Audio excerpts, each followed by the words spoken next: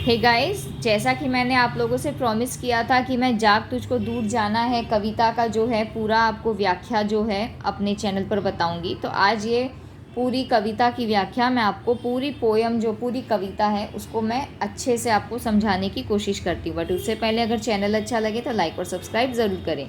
सबसे पहले मैं आपको ये बताती हूँ कि ये कविता हमारी महादेवी वर्मा जी के द्वारा लिखी गई है, जो कि बहुत ही सुप्रसिद्ध हमारी कवित्री रही हैं। और इनकी कविताओं को जब हम पढ़ते हैं तो हमें बहुत ही अच्छा जो है फील होता है, बहुत ही अच्छा महसूस होता है।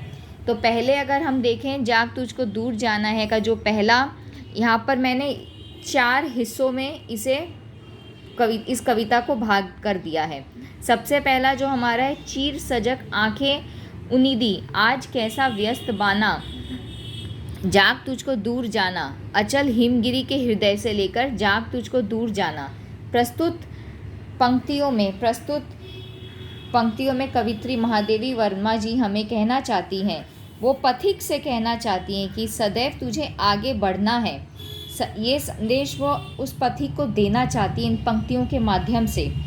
आगे वह कहती हैं कि हे पथिक, हमेशा से तेरी सजग व सचेत आंखें आज नींद व आलस से भरी हुई क्यों हैं, क्यों दिखाई दे रही हैं।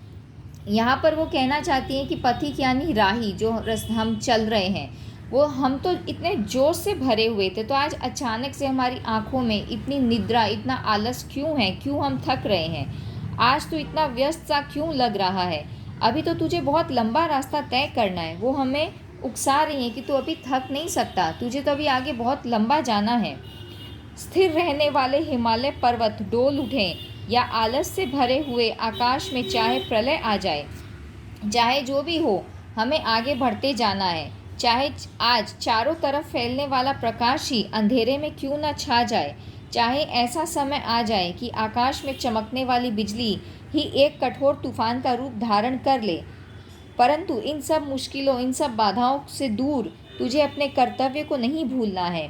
तुझे अपने पथ पर अपने निशान छोड़कर आगे बढ़ते जाना है।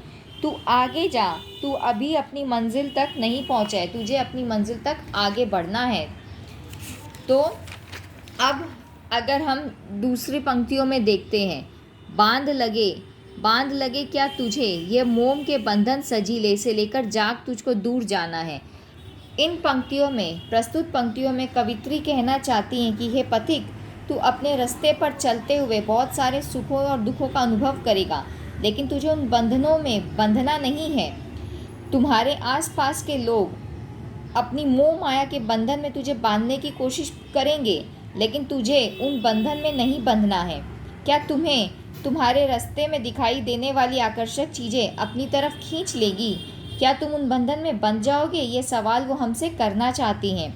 लेकिन संसार का दुख और रोना तुझे अपने भंवर के मधुर गाने, भंवर का मतलब भंवरा जो होता है फूलों पर बैठने वाला, मधुर गाने को भी भुला देगा। आगे वह कहती है, तुम्हारे रास्ते में ओस के गीले कणों के जैसे पल भी आएंगे। क्या तुझे उन ओस के गीले कणों के बंधन बांध लेंगे? क्या तुझे उनके एहसास में बंध जाओगे? क्या वो हमसे सवाल करना चाहती है, क्या हम इन चीज़ों के मोह के बंधन में बंध सकते हैं? परछाई को किसी भी बंधन में बंधने मत देना, बल्कि आसपास के सुखों का ध्यान न करके सदैव आगे बढ़ते जाना, क्योंकि अभी तुम्हारी मंजिल बहुत दूर है और तुझे बहुत चलना है। इसलिए तू अपनी मंजिल की तरफ लगातार आगे बढ़ता जा। अब इसके आगे की पंक्तियाँ जो हमारे पास हैं, वज्र का उर एक छोटे अश्रुकण से लेकर जाग तुझको दूर जाना। इन पंक्तियों में कवित्री महादेवी वर्मा जी हमें कहना चाहती हैं कि हे पथिक, क्या तुमने अपना वज्र जैसा कठोर मन एक छोटे से आंसू के कण में धोकर गला दिया है, जो तू थक हार कर बैठ गया है? तू किसे अपना जीवन रूपी अमृत देकर 2 घूंट मदिरा यानी कि शराब मांग कर ले आया है? आगे वह कहती हैं, तुम्हारे मन में जो विचार की आंधी थी, क्या वो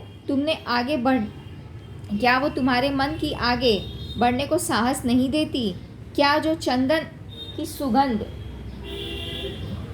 वो डूब गई हैं। चंदन का जो पेड़ होता है खुशबूदार होता है, तो क्या उनमें वो तुम्हारी सारी इच्छाएं डूब गई हैं, छुप गई हैं? क्या तुम्हें हमेशा सोए रहने का अभिशाप मिल गया है जो तुम थक हार कर बैठ गए हो? क्या तुझे अपने कर्तव्य याद नहीं? क्या तू उसे भूल गया है?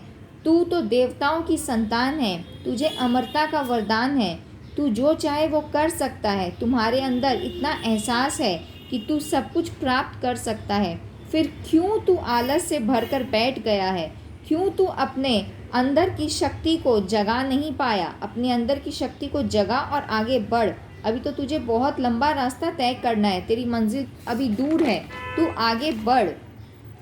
अंत की पंक्तियों में कह न ठंडी सांस में अब भूल वह जलती कहानी से जाग तुझको दूर जाने। अंतिम पंक्तियों में कवित्री महादेवी वर्मा जी हमें कहती हैं कि हे मनुष्य, तू मत बोल कि आज तू अपने अतीत की जलती हुई कहानी को भूल गया है।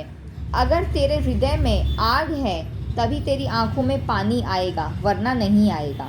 अगर तू साहस से लड़ेगा तो तेरी हार या जीत जो भी हो उससे कोई फ़र्क नहीं पड़ता। अगर तू साहस से लड़ रहे तो जीत हार तय है, कोई फ़र्क नहीं पड़ेगा। तेरा कर्तव्य केवल लड़ना है। लड़कर तू अगर हार भी गया तो भी तू विजय ही कहलाएगा। रणभूमि में जो लड़ते हैं वो दो अगर लड़ रहे हैं तो एक राजा हारेगा एक जीतेगा ना। तो ये तो नहीं है ना कि हम जो हार गया राजा उनकी वीरता को हम लोग याद नहीं करते। आगे वह कहती है, जिस प्रकार दीपक के पास जल गया पतंगा मृत्यु को प्राप्त कर लेता है, ठीक उसी प्रकार तुझे अपने साहस को सदैव जिंदा रखना है। आज तुझे अंगारों की सैया पर अपने कोमल कलियों को बिछाना है, अर्थात तुझे अपने क्रोध पर काबू पाकर सदैव आगे बढ़ते जाना है। तो उम्मीद करती हूँ कि आप लोगों को ये व्याख्या अच्छी लगी हो। व्याख्या अच्छी लगी तो चैनल को लाइक और सब्सक्राइब ज़रूर करें।